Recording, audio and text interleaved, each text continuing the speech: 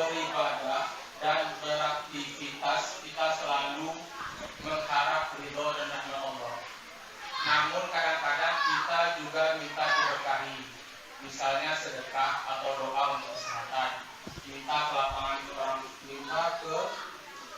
lapangan orang tua, jodoh, anak, dan lain-lain. Apakah ini dibolehkan? Terima kasih. Bismillahirrahmanirrahim. Alhamdulillah wassalatu wassalamu ala sayyidina Rasulullah amma ba'du. Izin Bu ya. Kita beramal lalu punya kehendak. Secara ilmu akidah dan ilmu fikih itu boleh. Tapi secara ilmu hakikat itu kurang pantas. Berarti kita menyembahnya karena ada mau. Seandainya tiada mau, tidak menyembahnya. Ya. Kenapa sholawat? Supaya sembuh. Jadi kalau nggak mau sembuh nggak sholawat. Kenapa berzikir? Supaya hati tenang. Kalau nggak tenang, zikirnya ditinggal. Ya. Nah, jika itu yang terjadi, maka orang ini belum masuk kepada bab ridho. Nabi mengajarkan, katakanlah setiap pagi dan sore, raditu billahi rabba. Aku ridho Allah yang mengatur hidupku. Allah yang mengatur hidupku. Allah itu sebaik-baik yang mengatur. Seorang ibu sudah tahu kapan jadwal si bayi makan. Tanpa bayi perlu memberitahu. Ya. Dan seorang bayi mungkin dia menginginkan makan sesuatu yang dia lihat coklat ternyata lulua. Tahu lulua? Hah? Apa tuh lulua? Hah? Ya, kotoran lah ya. Dia anggap itu coklat padahal itu kotoran. Hanya ibulah yang tahu, orang tua yang tahu mana yang terbaik untuk anaknya. Dan Allah mengatakan, Allah ghayur, Allah lebih cemburu. Allah arham, Allah lebih penyayang kepada hambanya, melebihi seorang ibu kepada bayinya. Kita ibadah aja. Itu yang disebut arih nafsaka minat tadbir. Kalam Ibnu Athaillah Sekandari. Urusan hajatmu Allah sudah jawab. Allah sudah atur. Urusanmu apa? Urusanmu ubudiyah kepada Allah. Maksimalkan ubudiyah Allah, masalah hajat selesai sama Allah Subhanahu wa taala. Ya. Jangan beribadah karena pengen sesuatu. Itu makom hamba yang paling dimurkai oleh Allah Subhanahu wa taala. Kita punya teman, dia mau bantu kita karena pengen dapat sesuatu yang lebih besar. Kita nyebut dia apa? Penjilat. Allah tidak suka dengan hamba penjilat. Tapi dikasih nggak? Dikasih. Hamba penjilat itu dikasih, tapi tidak dikasihi. Dikasih tapi tidak dikasihi. Diberi tapi tidak dicintai. Pilih mana? Jadi Allah itu nggak suka dengar seorang hamba itu bersuuzon kepadanya. Makanya cepat Allah berikan jawabannya. Padahal kalau seorang hamba kekasih Allah itu ditahan-tahan oleh Allah Subhanahu wa taala, ya. Kemudian. Itu jawabannya. Wallahu a'lam bis-shawab. Pertanyaan selanjutnya Bu ya.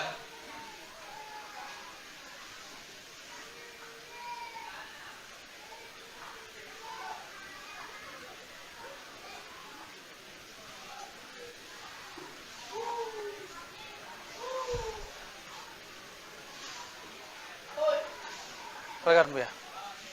Ganti baju, ange tadi. Bapak lu. Ini kena setting tuh. Ini beda setting apa? Ya. Assalamualaikum warahmatullahi wabarakatuh. Waalaikumsalam warahmatullahi wabarakatuh. Ustaz, semoga Ustaz sehat selalu dan dilindungi Allah Subhanahu wa taala. Amin. Juga doakan kami semua Ustaz. Satu, cara mengontrol emosi di zaman ini Ustaz. Emosi dulu sekarang sama. Ya. Manusia itu yang berbeda cuma peradabannya, tapi manusia sama. Dari masa Nabi Adam sampai Nabi palsu, sama nggak? Makan, Nabi Adam makan, tidur, Nabi Adam tidur, kawin, Nabi Adam kawin, ya, cemburu, Sayyidatuna Sarah cemburu kepada Sayyidatuna Hajar, Sayyidatuna Aisyah cemburu kepada Ummu Salamah. Dari dulu sama. Yang berbeda adalah makomnya dalam marah. Ya. Orang hebat itu bukan orang yang bisa mengalahkan orang lain saat dia sanggup. Tapi orang hebat itu yang menahan amarahnya saat dia bisa memarahi orang itu. Ya. Allah itu lebih banyak menyebut dirinya penyayang daripada pemarah. Nama Allah yang agak sangar itu cuma Jabbar, Qahar, Muntaqim, ya. Yang agak sedikit tegas Jalal. Selebihnya Rahman, Rahim, Rauf, Wadud. Apa lagi? Latif. Jadi 80% asma Allah itu asma rahmah. Nama rahmah. Bahkan 90% lah. Jika Allah memulai semua surat dengan Rahman dan Rahim, kecuali satu surat ditutup juga dengan Rahim, surat Taubah.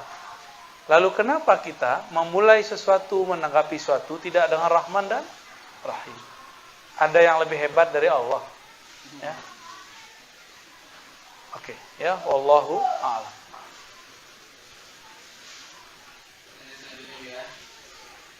Ketika kita berzikir, badan bergetar. Kadang-kadang rasa mau terbang, kadang-kadang tangisan kencang tanpa berbuat. Apakah bisa dikatakan orang seperti ini telah bermanfaat atau dapat hidup? Kenapa bisa seperti itu? Zikir itu makanan kolbu. Ma'rifat itu makanan ruh. Dua hal yang berbeda. Apabila seorang berzikir, kolbunya terpanggil atau teringat. Apabila kolbunya terkoneksi dengan ruh, terjadilah getaran. Jika getaran itu terjadi pada tubuh yang anasir anginnya lebih kuat, maka dia melayang. Jika anasir apinya lebih dahsyat, dia kepanasan. Jika anasir airnya lebih dominan, maka dia kedinginan. Jika anasir tanahnya lebih kuat, dia akan merasa kayak berat dan jatuh. Tapi satu hal yang tidak bisa berubah, ala bidzikrillah tatmainnul.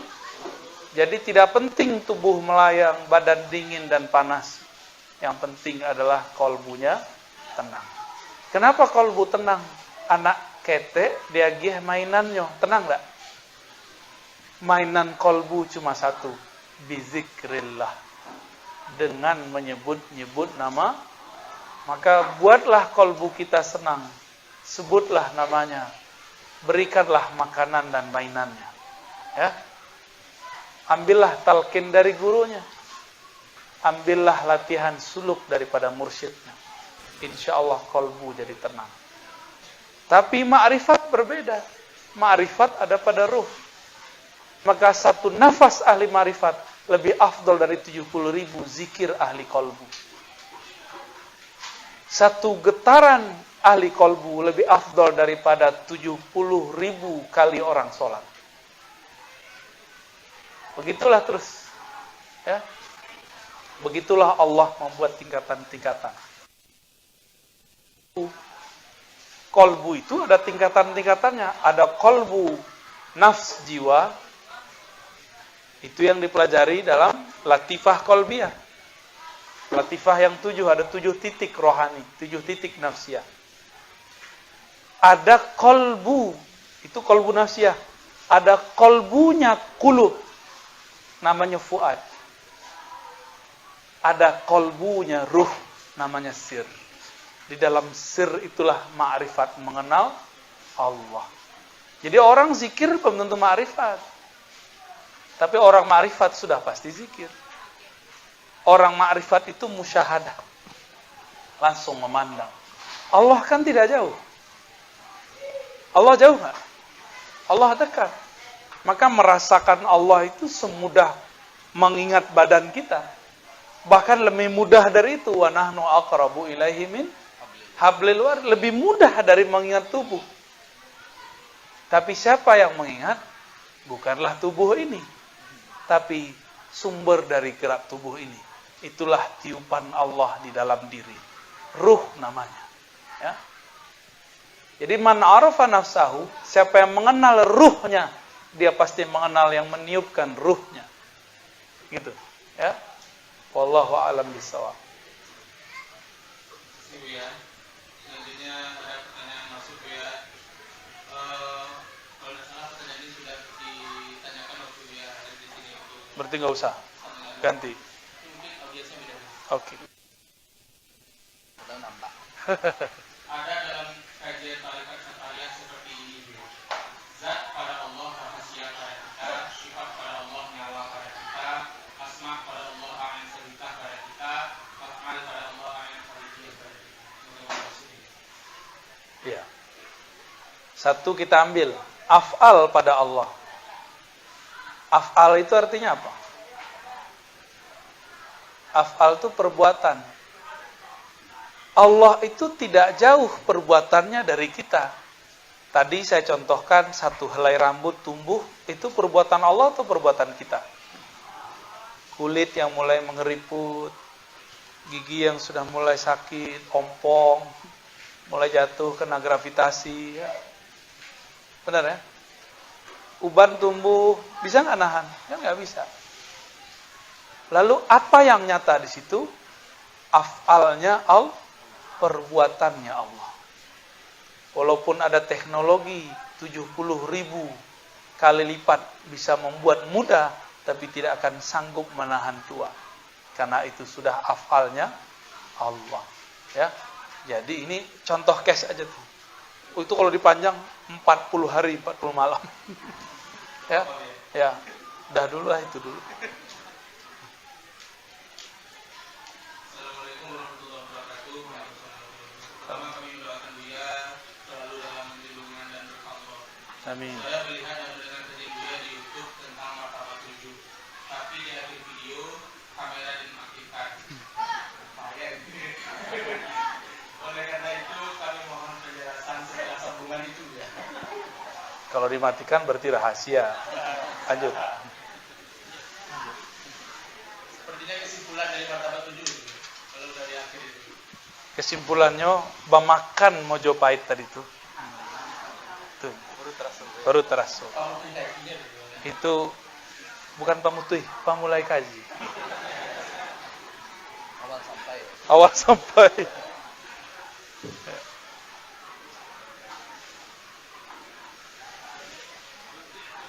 Lanjut.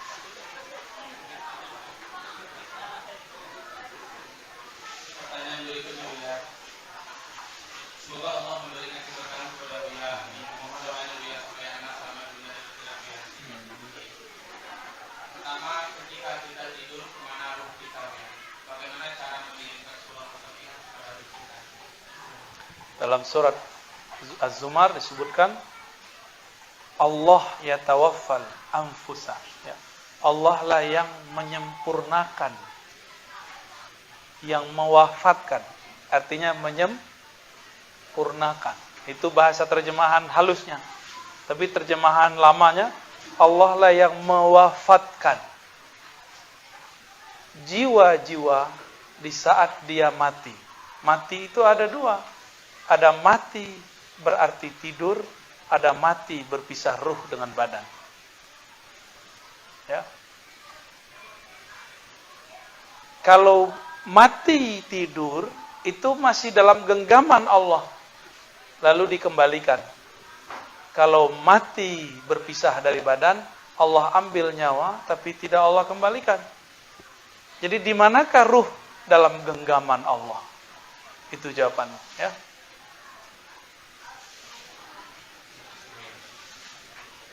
Selanjutnya Buya, bagaimana cara mengetahui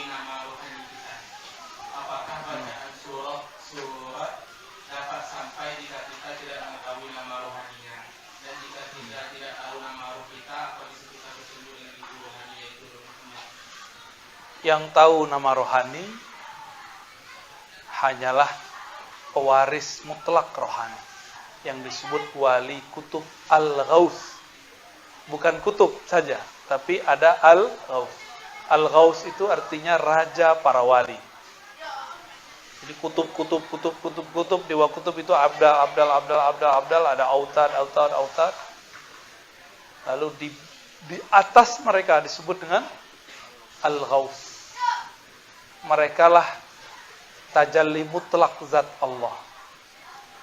Dan merekalah yang punya hak mengetahui dan memberi nama ruh. Di luar itu cuma nama tarekat.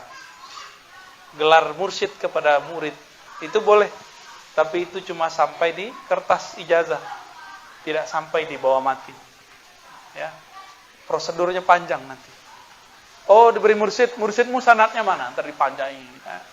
Tapi kalau langsung dari al-ghaus, oh nama dari al-ghaus, langsung dikasih jalan. Ya. Jadi nama ruh itu boleh disebut nama syafaat. Nama apa? Ya. Atau boleh disebut nama kelahiran ruh. Ya. Kalau kita biasanya akikahkan, diakikahkan secara fikih. Tapi dalam ilmu fikih kan tidak ada nama ruh. Sebab itu bukan bagian fikih. Itu bagian dari ilmu hakikat. Kalau dapat rezeki ya bersyukurlah kalau dapat nama ruh. Ya. Berakikahlah sendiri. Ya. Lebih syukur lebih guru ya. Jadi bagaimana cara tahunya? Harus kenal dengan al-ghaus atau punya koneksi dengan orang yang kenal dengan al-ghaus, baru bisa dapat nama ruh. Masalahnya al-ghaus ini nyamar. Nyamar jadi orang yang paling tidak disangka dia ada seorang wali. Dia nggak ada pakai kayak kita ini, nggak, jarang. Antum nggak percaya kalau dia al-ghaus. Malamatiyah, ini Sayyid Malamatiyah, penghulunya Malamatiyah. Kalau kita kan Torikoh Sufiyah. Torikoh Sufiyah itu jelas, dimulai dengan syahadat, dimulai dengan taubat, dimandikan, ada baiatnya, ada talqinnya, ada suluknya. Kalau Malamatiyah sebaliknya. Malamatiyah itu Allah itu berkalam-kalam setiap saat kepada dalam kalbunya. Maka untuk menyembunyikan kegirangannya itu, dia kemudian menghancurkan sisi egonya dengan cara memerankan sesuatu yang membuat orang berburuk sangka kepadanya. Itulah Malamatiyah, ya. Kalau beruntung nanti ketemu, ya. Amin. Berikutnya, bagaimana kita menyikapi tentang ulama-ulama tasawuf yang dari dulu sampai sekarang saling kritik, bahkan saling mengkafirkan, saling menjadikan. Emang ada ulama tasawuf begitu? Pasti dia bukan ulama tasawuf, ya. Dia ulama tasawuf. Ulama tasawuf boleh saling cemburu. Itu sudah dikalamkan oleh Imam Sya'rani, Imam Ibn Arabi, bahwa di antara mursyid itu ada kecemburuan, maklum. Tapi tidak ada namanya kebencian. Tidak ada namanya laknat. Karena pewaris rohani Nabi tidak melaknat. Nabi mengatakan, lastu bitta'an wala bila'an. Aku diutus bukan untuk mencaci maki, bukan untuk laknat pelaknat. Makanya kami, kalau ada kawan orang tarekat Batengka, kita islah. Masa orang tarekat begitu? Ya. Batal ente orang tarekat. Oh, dia ngaku-ngaku wali. Ya sudah, pengakuan dia, terserah dia. Kamu gak percaya, gak usah dihujat. Dia ngaku mursyid. Ya dia kan punya mursyid. Kalau dia punya bukti, ente hasad. Berarti ente bukan orang tarekat. Gitu. Jadi orang-orang yang hasad ini, dia baru belajar tarekat. Belum bertarekat, walaupun gelarnya dan ijazahnya banyak. Ya. Karena kemursidan itu bukan lembaran kertas, walaupun zahirnya harus ditulis. Ya, zahirnya memang harus di SIM, surat izin. Ya, tapi batinnya nggak perlu sebenarnya. Cukup kepercayaan dari guru. Karena zaman sudah canggih, jadi orang bertanya mana sanadnya? Ya kita buatlah sanadnya. Ya, nanti di akhir kita akan ganti-ganti sanad nanti. Insya Allah. Biar orang-orang melihat bahwa torikot dengan torikot, guru dengan guru, itu tidak ada masalah sesama mereka. Malah mereka bersaudara, saling berbagi. Ya, nggak ada istilah, saya guru, saya yang boleh mengijazakan, yang nggak boleh. Ya, siapa yang bisa nggak jamin umat itu selamat akhir zaman? Ya, kalau nggak, udahlah ya, bareng-bareng aja berusaha, ya, berjuang bersama-sama. Ya. Jadi nggak ada namanya ulama tasawuf saling mengkafirkan, nggak ada. Mungkin dia ahli fikih, ahli akidah, gagal bertasawuf, lalu mengkafirkan sesama ulama tarekat. Ya. Nah, udah, ini bukan minuman saya ini. Ya, lanjut. Ya. Assalamualaikum ya. Apabila seorang hamba telah mengerti tentang hakikat Allah, tetapi amal perbuatan masih saja yang dilarang Allah, apa yang salah itu ya? Dari si hamba yang sudah paham, tetapi tidak efek kepada diri tersebut.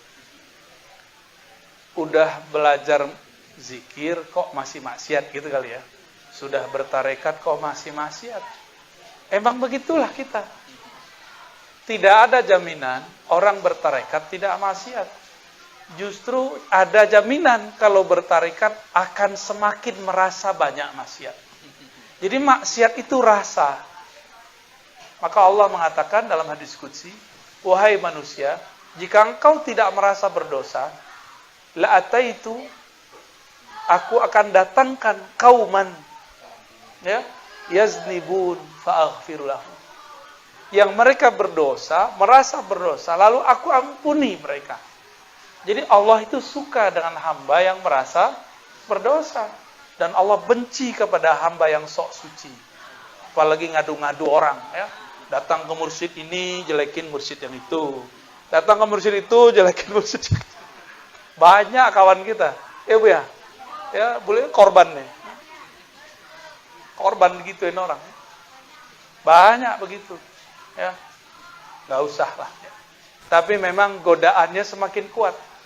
Karena setan itu lebih dari 80.000 tahun berzikir di langit. Maka semua zikir para mursyid dia bisa. Yang dia tidak bisa cuma satu. Ma'rifat aulia. Yaitu memandang dan dipandang oleh Allah Subhanahu wa ta'ala. Itu yang gak bisa iblis. Mursyid yang begitu yang bisa jadi wali, mursyid begitu yang bisa membawa kita pulang kepada Allah Subhanahu wa ta'ala, ya. Kalau enggak ya mursyid biasa aja, ya. Mursyid biasa lumayan, yang penting bisa lah, ya. Kayak kita ini kan gak jelas itu. Tapi kita semangat yang besar. Allah pun berikan kompensasi besar. Amal sedikit, ma'rifat diberikan banyak. Ini akhir zaman. Ini akhir zaman. Ya, antum untuk bisa paham tadi, itu riadohnya 12 tahun. Saya 12 tahun mencari itu. Ya. Baru paham bab tadi itu 12 tahun. Cuma dengan ketemu sehari ini, sejam 2 jam langsung bisa paham, ya. Ain sabitah, ain kharijiyah. Ya. Alam ini zil, Allah itu pemilik zil. Asik nanti. Ya. Rukhsah. Ya, lanjut. Apa yang harus dilakukan supaya dekat dengan Allah? Allah itu sangat dekat. Yang perlu dilakukan hanyalah sadar bahwa diri ini adalah pancaran atau pantulan dari nama, sifat, af'al dan zatnya. Tadi yang pertanyaan yang tadi. Mengerti ilmu ini, nanti dia bisa mengerti dia itu yang mana. Tubuh ini af'al Allah, qalbu ini asma Allah, ruh, nyawa kita adalah hembusan Allah. Gitu. Ya. Assalamualaikum Bu ya. Berdasarkan penjelasan Bu ya, Allah sudah tahu apa yang kita butuhkan. Kalau begitu, apa tidak perlu kita berdoa? Luruh, apa istilahnya? Luruh tabuang. Luruh ele dong. Nggak model itu Tuhan tuh dong. bukan begitu bertuhan itu. Cukup itu pertanyaan terakhir yang disampaikan ya. Allah itu maha tahu, alimum bidzati sudur. Bukan berarti nggak usah doa. Maksudnya Allah maha tahu apa yang di hati. Berdoalah dengan kesadaran bahwa dia mendengar dan melihat apa yang kita kalamkan, apa yang kita buat. Itulah yang disebut doa mustajab. Maksudnya begitu, jangan gagal faham. Bukan lulu tabuang, lulu ele.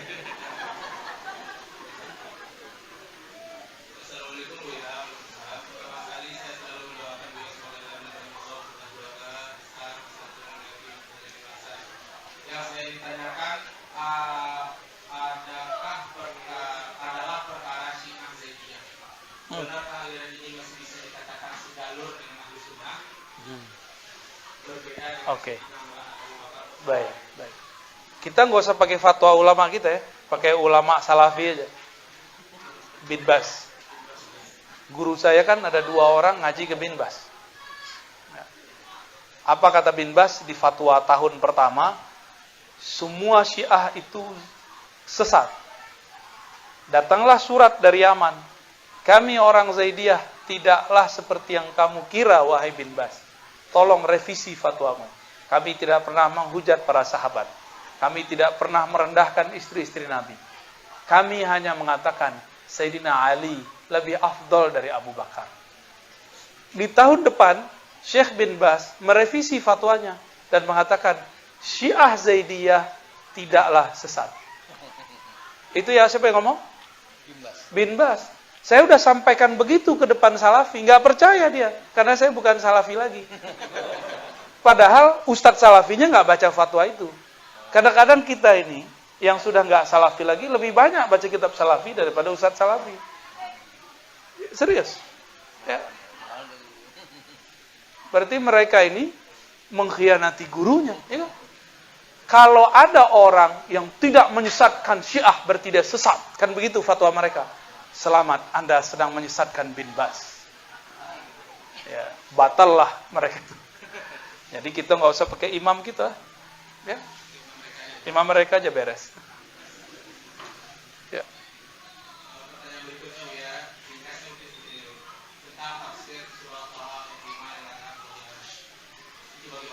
Apa?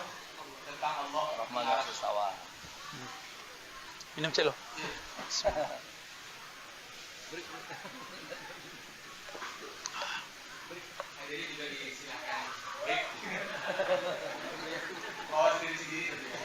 Lupa minum nak. Saking asiknya. Masya Allah.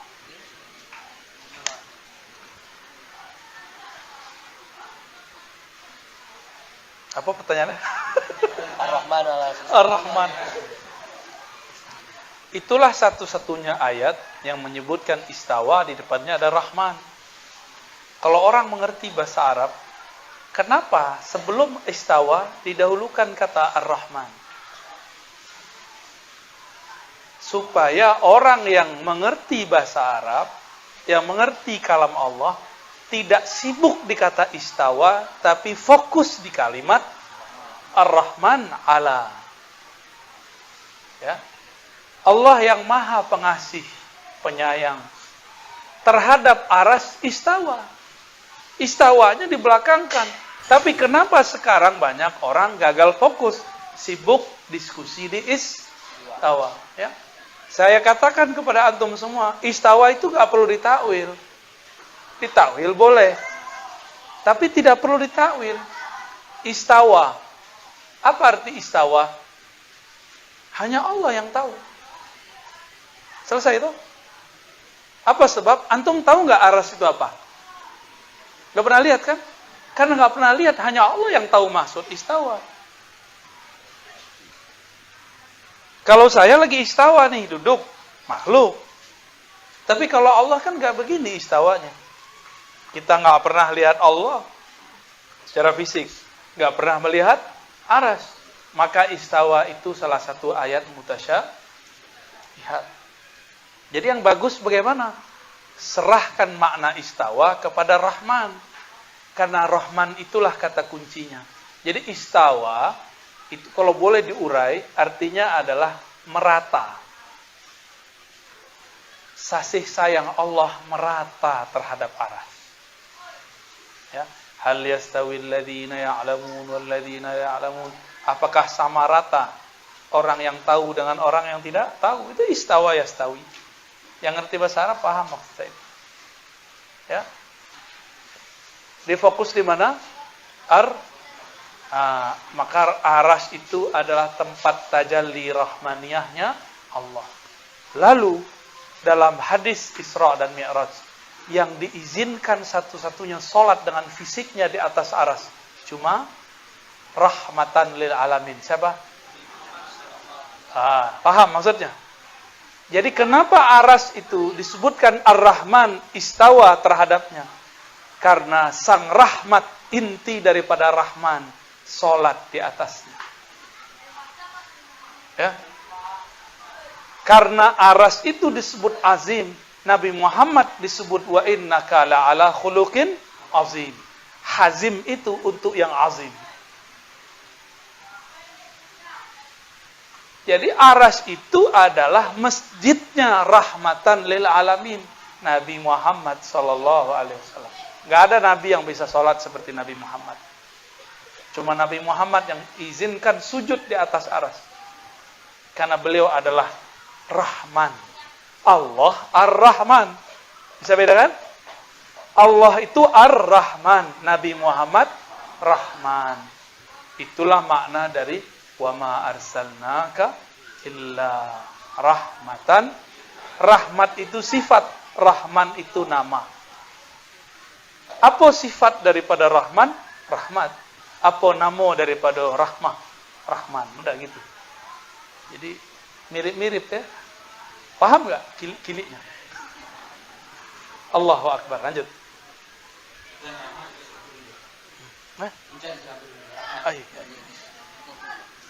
Assalamualaikum Bu ya, semoga Bu ya sehat selalu, amin. Pertanyaan saya, menurut pandangan manfaat, apa maksud dari kata-kata berikut? Allah Muhammad Allah.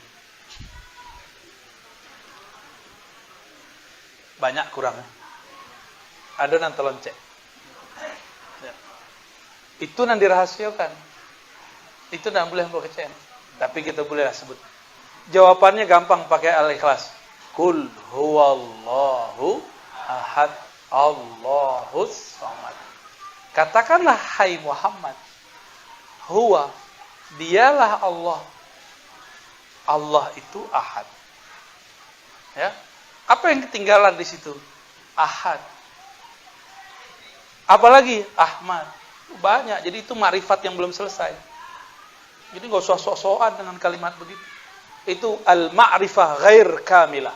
Ya. Dah, enggak usah terlalu terlimbung-limbung dengan makrifat yang naqisah. Makrifat yang kurang. Di akhir zaman Allah sempurnakan makrifat. Jadi enggak usah lagi mabuk dengan kitab-kitab yang makrifatnya pendek. Carilah kitab yang makrifatnya tidak terbatas. Itulah kitab qalbu Nabi Muhammad sallallahu alaihi wasallam. Ya, jadi banyak juga kitab itu belum sempurna. Karena yang nulis manusia. Mungkin di masa hidupnya beliau baru dapat makrifat segitu. Dan keliru kalau orang mengatakan Allah itu Muhammad, Muhammad itu Allah. Itu keliru besar. Ya. Keliru besar. Ada loncatan-loncatan itu. Makanya ada Ahad, Ahmad. Barumu, itu rahasianya panjang itu. Namanya Haikalul Ma'arif, peta ma'rifatullah. Yang faham itu wusul kepada Allah. Aduh leh. Habis. Alah ya. Ya. Assalamualaikum warahmatullahi wabarakatuh. Tulinan untuk ambuk ya. Tulinan untuk atau ambuk. keluarga terdekat sering ada masalah atau bermusuhan. Apakah yang kurang dari orang tersebut? Apakah maksud Allah di balik masalah tersebut? Apakah karena kurang zikir? Nggak ada urusan zikir sama masalah keluarga ya. Ada orang zikir, tamu datang, lebih afdol menghormati tamu atau zikir? Zikir untuk pribadi. Menghormati tamu, mengalahkan pribadi untuk orang lain. Itu zikir lebih tinggi. Ya. Jadi nggak ada urusan. Orang ahli zikir, keluarganya beres, nggak ada urusan. Yang keluarganya beres itu bukan ahli zikir, tapi orang-orang la'allakum tatafakkarun. Gitu kan dalam surat Ar-Rum. Wa min ayatihi an khalaqalakum min anfusikum azwajan litaskunu ilaiha. Terus wa ja'ala bainakum mawaddatan wa rahmah. Inna fi dzalika laayatil liqaumi yatafakkarun. Jadi hanya orang waraslah, orang yang berfikirlah yang bisa mengalahkan konflik di keluarga. Ngalah. Itu. Bisa nggak ngalah? Tapi kalau ahli zikir gini, kamu nih kurang ajar, tahu nggak saya ahli zikir? Nanti saya bilang kun, jadi monyet. Nggak begitu ahli zikir. Justru ahli zikir tuh ngalah. Salamatus sadar. Ya. Maklum, dua kepala isinya berbeda. Ya. Mungkin nggak mursyid tarekat cerai? Mungkin, bukan satu dua. Udah banyak mursyid tarekat cerai. Karena zikirnya lebih banyak daripada fikirnya. Ya. Fikir, pakai fikir. Tapi kalau menikah menyiksa diri, orang berfikir akan memisahkan diri. Oh, berarti nggak cocok. Sudah bisa. Dulu, jadi dalam Thariqat Syaziliyah yang kamu ambil, ada namanya Sayyidi Syekh Ahmad Al-Mustafa. Ya. Beliau ini Al-Alawi, ya, Ahmad Mustafa Al-Alawi. Pernah bercerai, karena nggak cocok dengan istrinya. Beliau ngalah, ya sudah. Daripada bertengkar, saling sakit menyakiti, mereka pisah. Itu terjadi dan itu bukan aib. Jadi cerai itu menggetarkan aras. Tapi kadang-kadang cerai itu jadi wajib kalau saling menyakiti. Gitu ya. Masih jomblo ya? Bu, masih jomblo. Banyak peluang. Iya. Tidak akan pernah bercerai. Hah? Tidak akan pernah bercerai. Karena belum menikah. Oh, kalau yang itu aku mudo, kau enggak pernah cerai, dia pernah nikah lah. Ya, lanjut.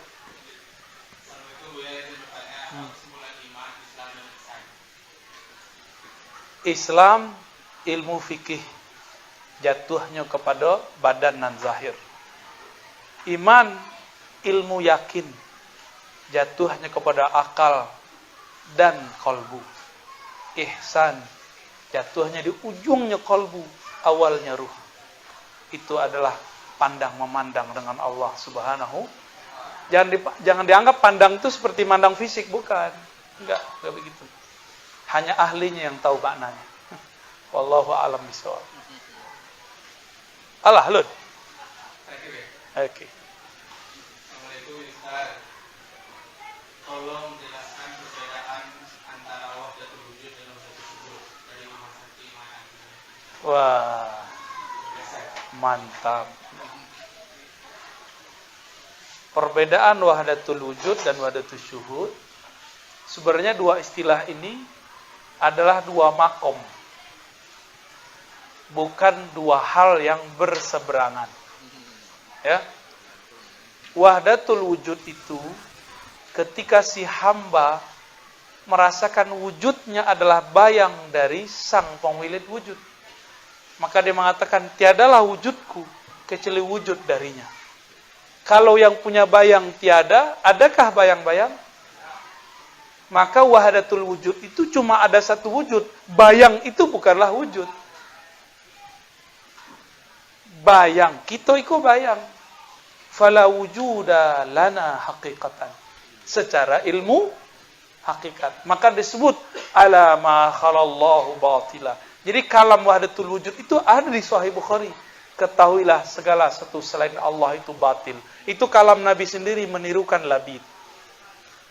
Itulah dalil wahdatul wujud yang sahih. Yang dikalamkan oleh Sidi Syekh Al-Qurani Diulang oleh Syekh Abdul Rauf As-Singkili. Diulang oleh beliau.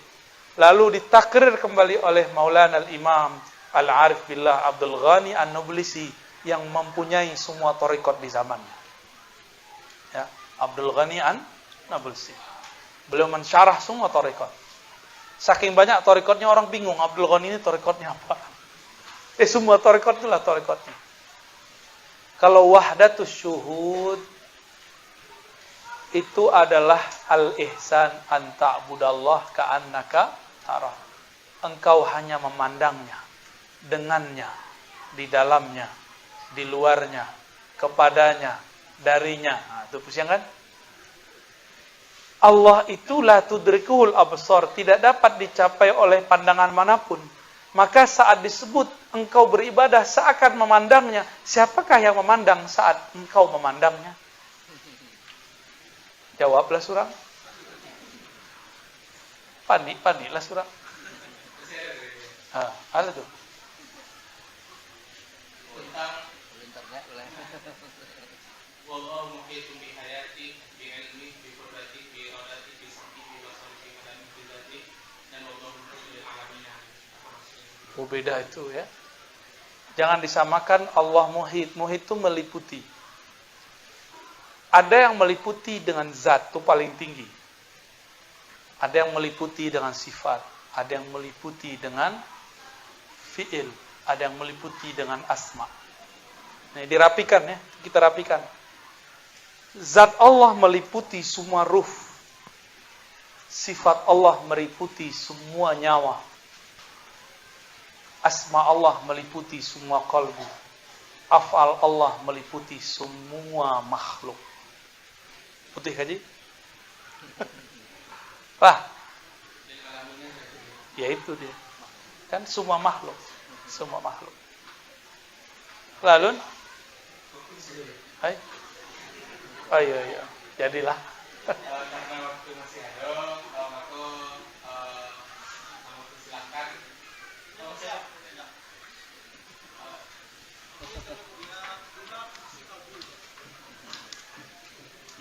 Buya jawab.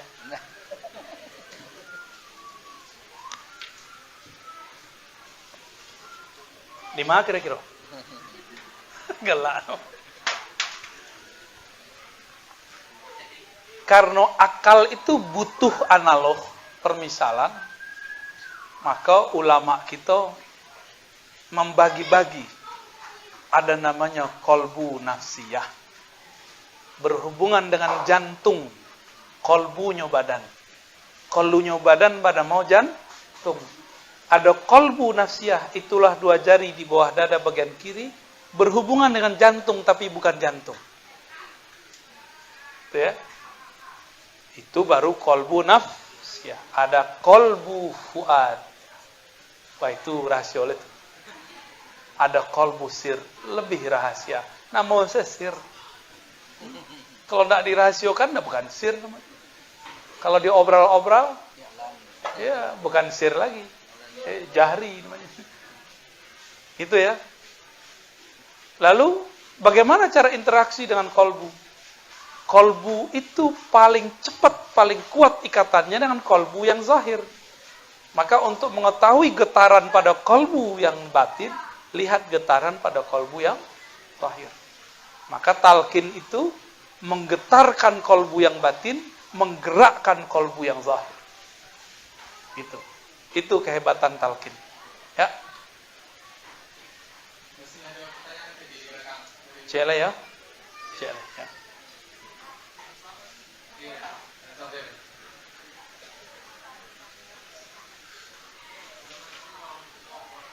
Assalamualaikum.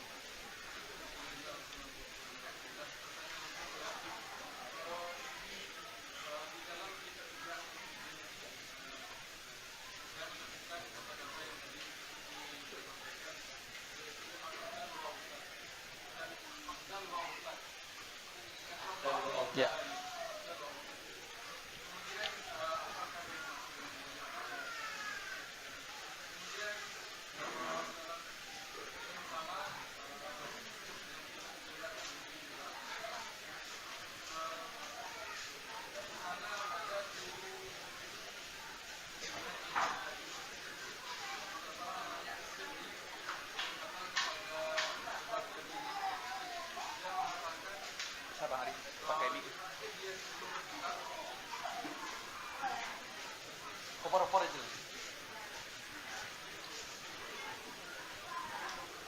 telinga lah jauh enak.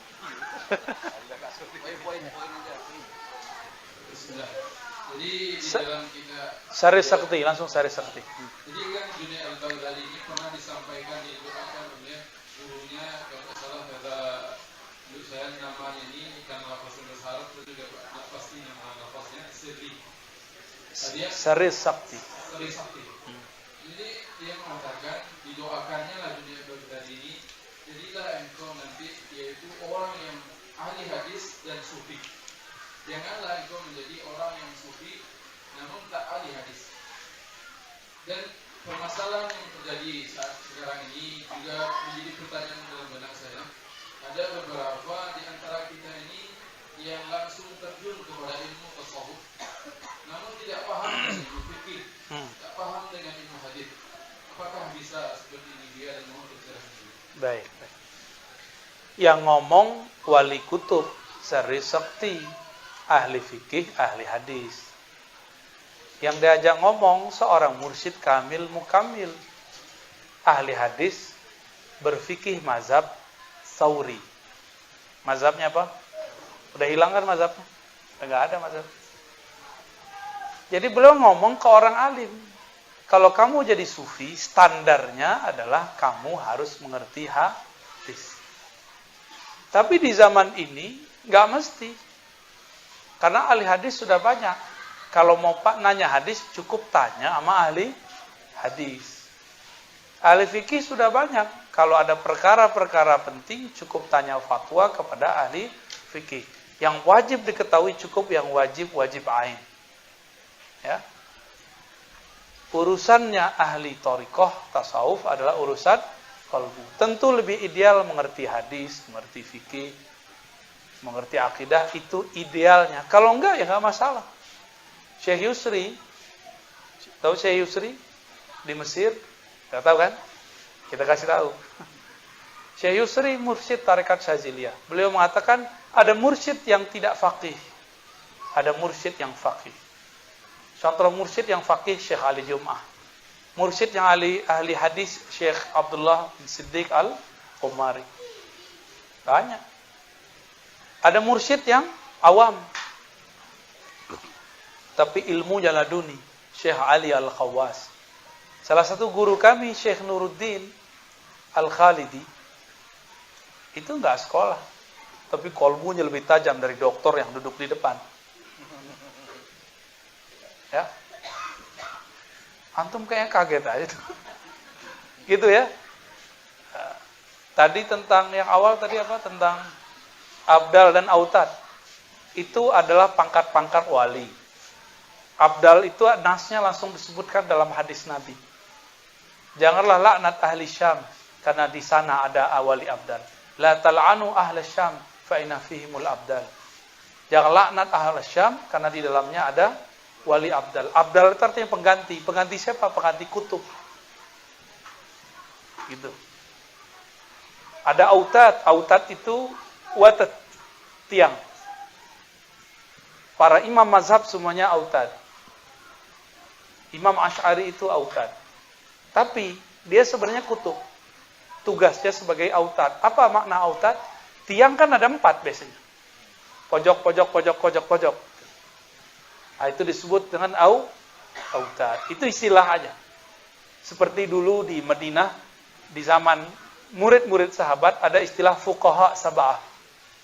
7 ahli fikih. Di Indonesia ada istilah wali songo. Ya, di Pulau Jawa. Di kita kan nggak ada ya. Itu turun ilmunya ke orang Jawa. Jadi mohon maaf, kita walaupun kotonya hebat nih orang Minang nih, ilmu ma'rifat banyak turun di Jawa. Maka perdebatan Sunan Kalijaga itu di Syekh Siti Jenar. Sunan Kalijogo itu mirip dengan Junaid al-Baghdadi yang antum sebut. Syekh Siti Jenar itu mirip dengan Al-Hallaj. Persis mirip, nggak berubah. Kok bisa orang Jawa membicarakan yang dibicarakan oleh wali-wali kutub di zaman sebelumnya? Canggih itu. Jadi kalau ada waktu, piknik lah ke Jawa. Ya. Kita sawak pula ilmu di Jawa tuh. Jangan ke padang pasir, saya taruh. Ya. Antum mau cari orang hafal Alfiyah, itu di Jawa lebih banyak daripada di Arab. Saya jamin. Hafiz Quran lebih banyak di Jawa Tengah daripada di Arab. Ambo jamin. Ya. Anak-anak kecil hafal Quran.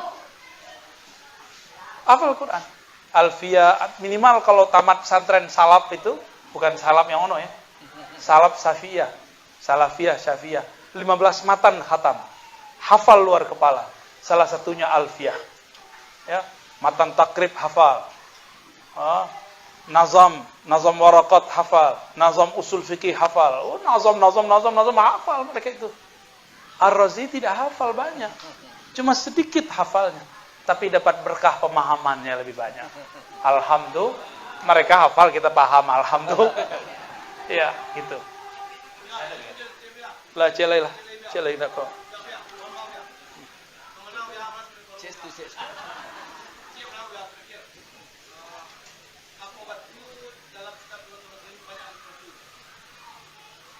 Ya. Baca langsung. Apakah yang dimaksud dengan nikah batin? Bolehkah atau halalkah dalam Islam?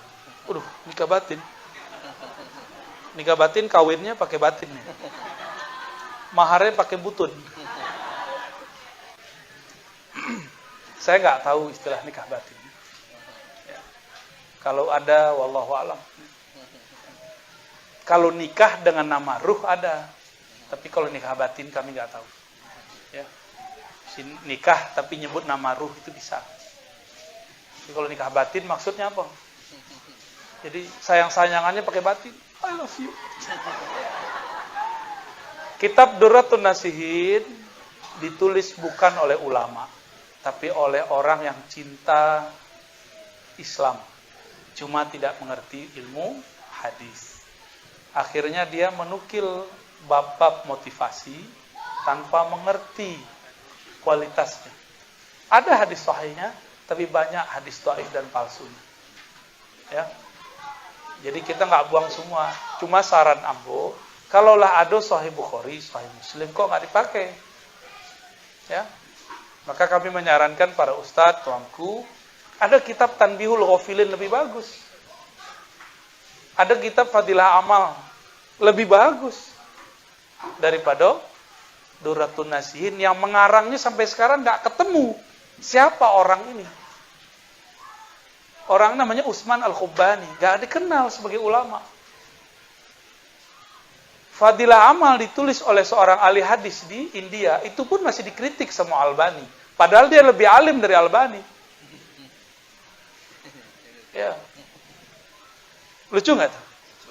Salah nambo para ustadz pakai kitab Fadilah Amal. Ditulis oleh ahli hadis dari India, mengajar lama di Madinah. Setiap kali datang ke Madinah ngajar. Mekah dia ngajar. Maulana Zakaria Al-Kandahlawi yang dipakai oleh jamaah tabligh.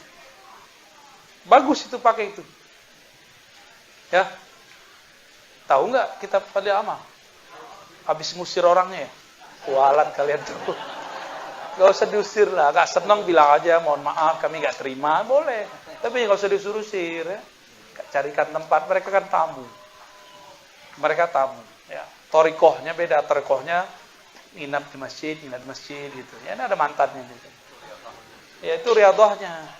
Ya, jangan suuzon sama orang. Kata jorok torikot kok suuzon ya. Torikot setan nanti itu. Cukup ya?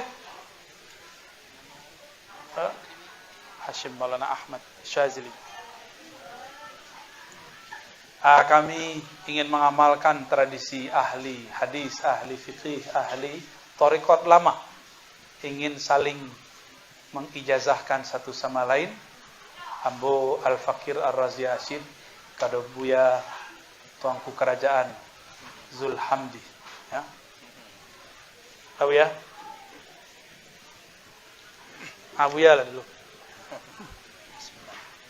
Yo, ya apa? Aku kalau diperintah. Pengen DP barokah lagi.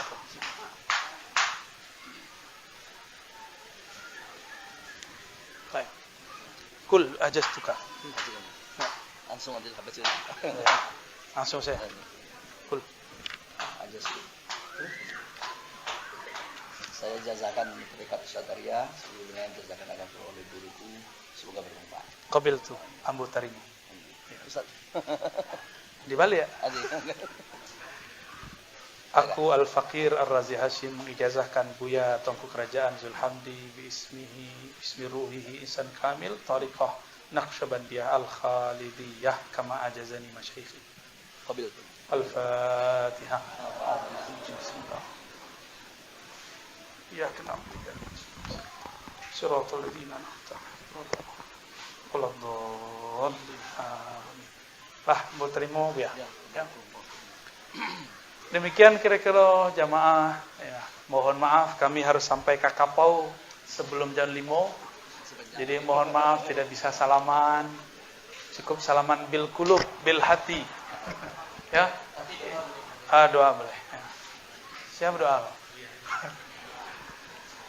Jadi sebelum acara kita akhiri, maka marilah sama-sama kita minta doa kepada Buya, doa untuk kita bersama, doa untuk pesantren kita, guru-guru kita, untuk kita dan seluruhnya.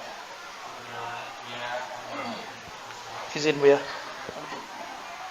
Ila hadratin Nabi Mustafa Muhammad sallallahu alaihi wasallam wa ila Sayyidina Ahmad, Sayyidina Muhammad, Sayyidina Al-Mahdi, Sayyidina Bali Abdul Muhkan, Sayyidi Abdul Qadir Jilani, Qutub Rabbani, Sayyidi Abdul Hasan Al-Shadili, Sayyidi Muhammad Bahdi Shah Naqshbandi, Sayyidi Abdullah Shatari, Sayyidi Amr Rifai, Sayyidi Ahmad Tijani, Sayyidi Muhammad bin Abdul Karim As-Samani, wa jami'a sadatina al-awliya ahlu turuq as-sufiyah wal a'immat al-arba'a wa imam al-ashair wal-maturidiyah.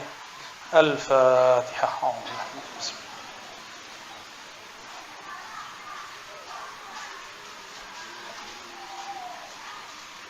Allahumma ya Rahman ya Rahim, salli ala Sayyidina Ahmad.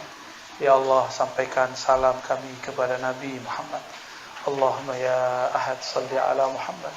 Ya Allah, sampaikan salam rindu kami kepada ayah ruh kami Nabi Muhammad.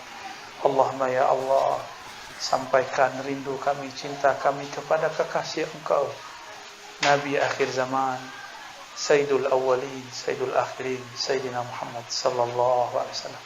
Assalatu wassalamu alaika ya Sayyidana ya Rasulullah. Wahai baginda Rasulullah, sampaikanlah, jawab salam dari kami. Salam atas Engkau, salawat dan Allah kepada Engkau. Allahumma ya Ghaffar ya Ghafur, ighfir lana dhunubana wa liwalidina warhamhum kama rabbana shighara. Ya Allah, dosa kami banyak, dosa mata, dosa telinga, dosa tangan, dosa kaki, dosa kemaluan, dosa hati, dosa sombong, dosa iri, dosa dengki, dosa lalai, dosa tidak khusyuk, dosa berprasangka. Ampunkan dosa kami yang kami sadari, yang kami tidak sadari. Apalagi dosa kepada orang tua, dosa kepada ayahanda, dosa kepada ibunda, dosa kepada guru-guru kami karena kami su'ul adab, buruk adab kepada mereka. Ampunkan kami ya Allah, hiasi kami dengan sifat jamalmu ya Allah, kuatkan kami dengan jalalmu ya Allah. Baca sama-sama, ya Allah, ya Allah, ya Allah, ya Allah, ya Ahad Samad ya Rabbana atina fid dunya hasanah wa fil akhirati hasanah wa qina adzabannar. Sallallahu alaihi wasallam Muhammad walhamdulillahi rabbil alamin. Assalamualaikum warahmatullahi wabarakatuh.